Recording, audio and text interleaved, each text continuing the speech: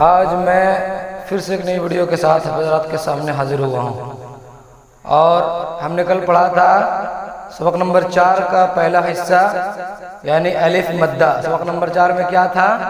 الف مدہ، حروف مدہ تھا سبق نمبر 4 میں۔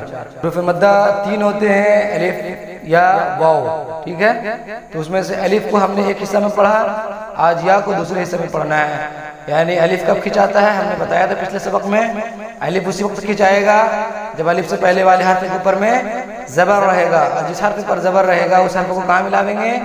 الف میں ملاویں گے، اور اس حرف کو کھینچ کے پڑھیں گے ایک الف کے برابر، اسی کا نام ہوگا الف مدہ، اور ایک الف کے برابر کھینچ کر کے پڑھیں گے۔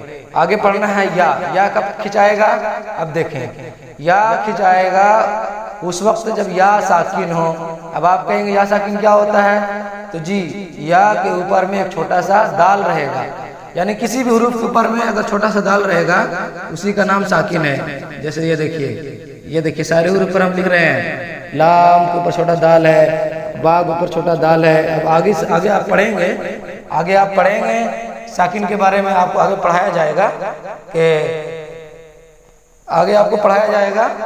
کہ مطلب ساکن کیا ہوتا ہے۔ اسے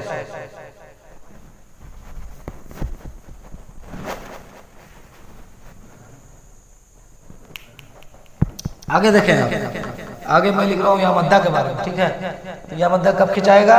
یہاں دیکھیں، یا ساکن سے پہلے والے حرف کے اوپر زیر۔ ابھی ہم نے بتایا نا کہ یا ساکن ہو اور یا ساکن سے پہلے والے حرف کے اوپر زیر ہو، تو یا ساکن یعنی یا کے اوپر چھوٹا سا دال ہو، اور اس یا ساکن اسی کا نام ساکن ہے، اور اس یا ساکن سے پہلے جو بھی حروف ہو اس حروف کے نیچے کیا ہو؟ زیر ہو۔ اب زیر والے حروف کو ملا دیں گے یا میں، یا ساکن میں، اور اس حروف کو کھینچ کے پڑھیں گے، اسی کا نام ہو جائے گا یا مدہ، اور ایک الف کے برابر کھینچیں گے۔ آپ ہمارے ساتھ اسی طریقے سے بنے رہیں، اسکرین پر میں لکھ رہا ہوں، دیکھتے رہیں۔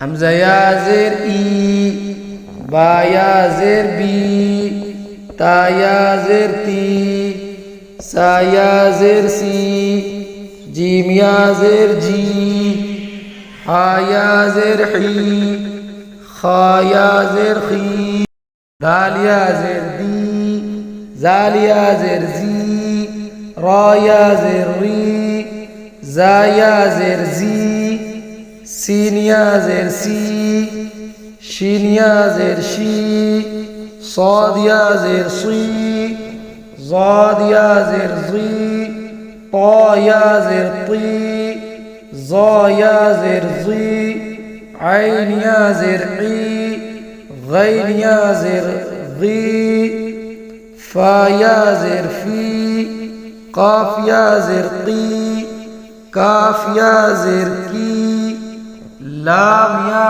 زیر لی، میم یا زیر می، نون یا زیر نی، واو یا زیر وی، ہا یا زیر ہی، حمزہ یا زیر ای، یا زیر ی۔ دیکھ رہے ہیں نا، سب کے ساتھ یا ساکن ہے نا، سب کے ساتھ جتنے حروف ہم نے لکھا ہے سب کے ساتھ کیا ہے؟ ساکن ہے۔ دیکھ لیجئے یہاں ہے، یہاں جہاں بھی دیکھیے گا ساکن اسی کو کہتے ہیں، چھوٹا سا دال کا، یہ جو ہے نا کسی بھی حروف پر آئے گا اسی کا نام کیا ہے؟ ساکن ہے۔ اب آپ دیکھ لیجئے، یا ساکن سے پہلے جو بھی حروف رہے گا اس حروف کے نیچے کیا رہے گا؟ زیر رہے گا۔ اب زیر جو رہے گا جس حروف پر، تو اس کے بغل میں رہے گا یا ساکن، اور اس زیر کو ملا دینا ہے یا ساکن میں، یعنی اس حروف کو ملا دینا ہے یا ساکن میں، اور اس حروف کو ایک الف کے برابر کھینچ کے پڑھنا ہے، اسی کا نام ہوگا یا مدہ۔ تو سبق نمبر 4 کا ہو گیا دوسرا حصہ یا، یعنی یا مدہ۔ اب آپ ہمارے ساتھ دیکھیں، آگے میں کچھ لکھ رہا ہوں یہ مثالوں کے ساتھ میں، اس طریقے سے دیکھیں۔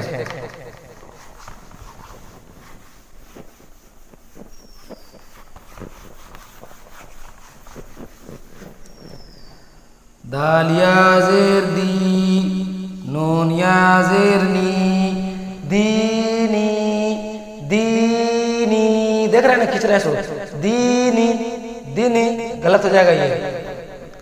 فا یا زیر فی،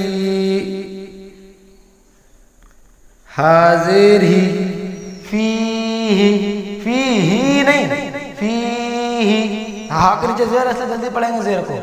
اور دیکھیں، حمزہ پیش او، جیم یا زیر جی، او جی، او جی نہیں، اجی، وہ کہاں جلدی پڑھے اس لیے کہ پیش اکیلے ہے، با پیش بو، اجیبو، عین زیر عی، با الف زبر با، دال یا زیر دی، عبادی، عبادی، عبادی نہیں، زیر ہے نا، زیر جلدی پڑھنے کا ہے، جلدی پڑھے، عبادی۔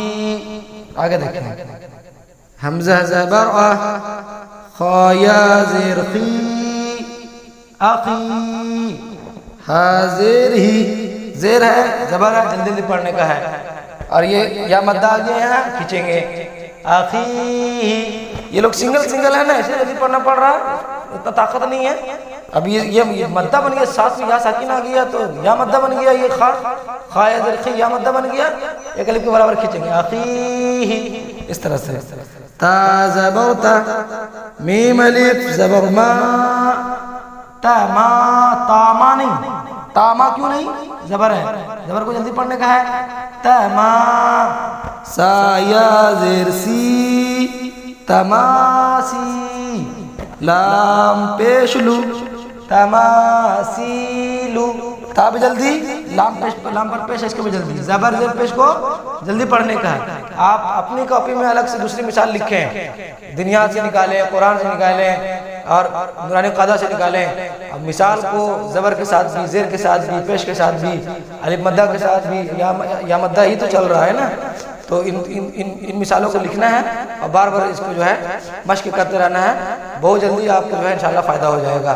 اگلے سبق سے انتظار کریں انشاءاللہ، بہت جلدی آپ کو سبق نمبر 4 کا چوتھا حصہ آپ کی خدمت میں پیش کیا جائے گا۔ السلام علیکم ورحمۃ اللہ وبرکاتہ۔